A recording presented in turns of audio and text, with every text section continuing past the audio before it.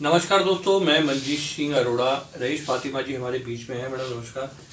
जिस प्रकार से मैडम आप वरिष्ठ कांग्रेसी नेता हैं और इस बार निगम चुनाव में भी आपका काफ़ी रोल रहा, आपने कैंडिडेट यहाँ से जितवाया, चुनाव लड़वाया, जिस प्रकार से चल रहा है, आपको क्या लग रहा है 2027 की तैयारी में? क्या लगता है कांग्रेस के लिए आप क्या करेंगे? देखिए, कांग्रेस के लिए 31 साल दिए हमने, आगे भी इंशाल्लाह उम्मीद है कि हम कांग्रेस के लिए ही काम करें। लेकिन यह है कि कहीं ना कहीं हमारी भागीदारी जो है वो बहुत कम होती है, चाहे पार्षद में हो, विधायकी में हो या हमारे लोकसभा के चुनाव हो।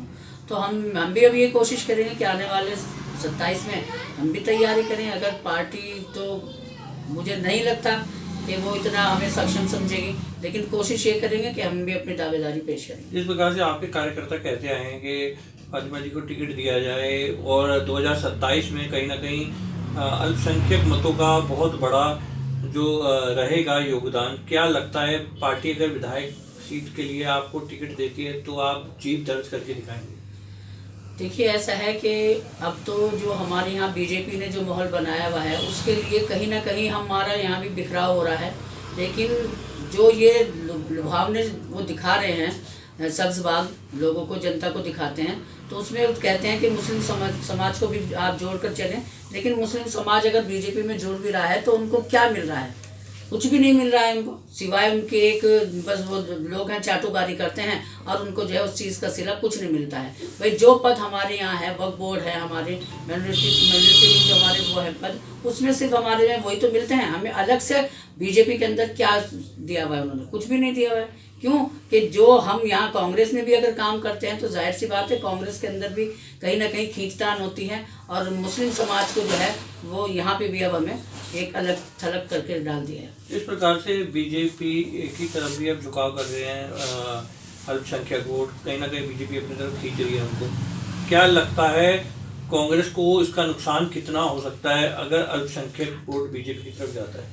देखिए, नुकसान तो हो गई है, लेकिन कहीं ना कहीं इस चीज़ के लिए भाई जो 3 बंदे हैं, सोनिया जी हैं, राहुल गांधी हैं, प्रियंका जी हैं, वो मेहनत कर रही हैं। लेकिन कहीं ना कहीं हमारे उत्तराखंड के अंदर भी कांग्रेस को दिलो जान से मेहनत करनी पड़ेगी। अब अगर ये इस चीज़ के लिए सोचे कि भाई मुस्लिम समाज वो हमारे ही है, तो कहीं ना कहीं जब इंसान कहीं टूटता है तो वो दूसरी तरफ को रास्ता अपना अपनाता ही है, चाहे वो फिर वो कहीं भी जाए, चाहे बीजेपी मिनोरिटी कमीशन में भी नहीं। क्या लगता है आपको अब जो है 2027 में आप जिस प्रकार से कांग्रेस के नेता हैं, क्या योजना बनाएंगे जिससे कि कांग्रेस जीत जाए? देखिए, हमारे अभी बीच में भी हमने कुछ यहाँ पे प्रोग्राम करे हैं। मेरा अपना परिवार वाले से काफ़ी मेरे हैं वो राशन भी देते हैं, गरीबों की मदद भी करते हैं, जो सर्दियों में रज़ाई वगैरह भी मेरे रिश्तेदार हैं वो देते हैं। तो उसमें क्या है कि उसके लिए हम दिलो जान से कोई काम होता है किसी का भी, चाहे वो राशन कार्ड का रहा हो, चाहे वो फिर आजकल आधार कार्ड में बहुत ज़्यादा परेशानी आ रही है वो रहा हो, या अदरवाइज कोई भी काम हो, पेंशन है, वृद्धावस्था पेंशन, उसके लिए मैंने 31 साल से बहुत मेहनत करी है। और अभी भी मेरा जो फोकस है वो ज़्यादातर इसी चीज़ पे है कि हम गरीबों के साथ में कितना जुड़ सकते हैं, कितनी उनकी हम मदद कर सकते हैं।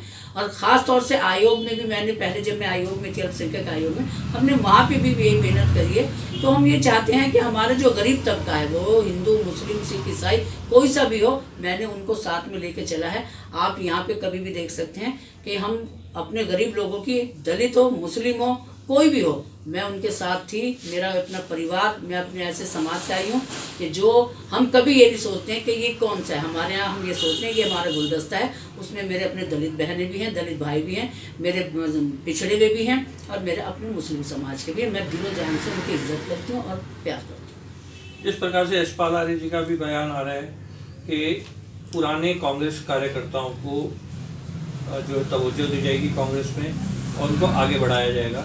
इस पर आपका क्या कहना है? देखिए, यशपाल जी की मैं बहुत इज्जत करती हूँ, मैं उनसे मिली भी हूँ, मैं गई हूँ, वो सबका सम्मान करते हैं। इसीलिए अगर उन्होंने ये बात रखी है तो बहुत अच्छी रखी है। हम उनके साथ जोड़ेंगे और कहीं ना कहीं मेहनत करेंगे। जो मेहनत हम कर रहे हैं उसका हमारा हर चुनाव में ये एक मिसाल हो चुकी है हमारे अपने क्षेत्र के अंदर कि कांग्रेस को जो है यहाँ पे पूर्ण बहुमत मिलता है हमारे अपने क्षेत्र में।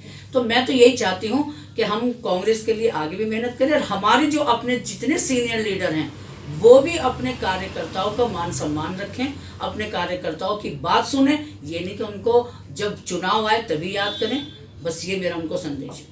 तो जिस तरह से फातिमा जी ने बता दिया है कि अगर 2027 में उनको टिकट दिया जाता है कांग्रेस की तरफ से तो बहुत बड़ी जीत हासिल की जाएगी और हम शुभकामनाएं देंगे मैडम। आप 2027 में आपको टिकट मिले, आप जीत के हैं। देखिए तो आपका मैं बड़प्पन है कि आप लोगों ने मुझे इस काबिल समझा। तो जाहिर सी बात है, हर आदमी किसी न किसी चीज़ की तमन्ना रखता है। अगर वो तमन्ना पूरी होती है तो इंशाल्लाह मैं भी आपको आने वाले वक्त की शुभकामनाएं देती हूँ। धन्यवाद अच्छी बात है। मैडम। आप रमज़ान के मौके पर, शुभ मौके पर ईद की कुछ जनता को, देखिए ये हमारा बहुत पवित्र महीना है। मैं इसके लिए अपने पूरे देशवासियों को इस चीज़ की मुबारकबाद देना चाहती हूँ और ये दुआ करूँगी और सबसे कहती हूँ कि हमारा जो हिंदुस्तान है वो हमेशा फले फूले और जो लोगों की जो गलत सोच है उससे बच के रहें। और ईद के लिए भी मैं पहले आपको लोगों को भी सबको इस चीज़ के लिए शुभकामनाएं देती हूँ और अपने सभी प्रदेशवासियों को, हिंदुस्तान वासियों को सबको मैं मुबारकबाद देना चाहती हूँ। धन्यवाद।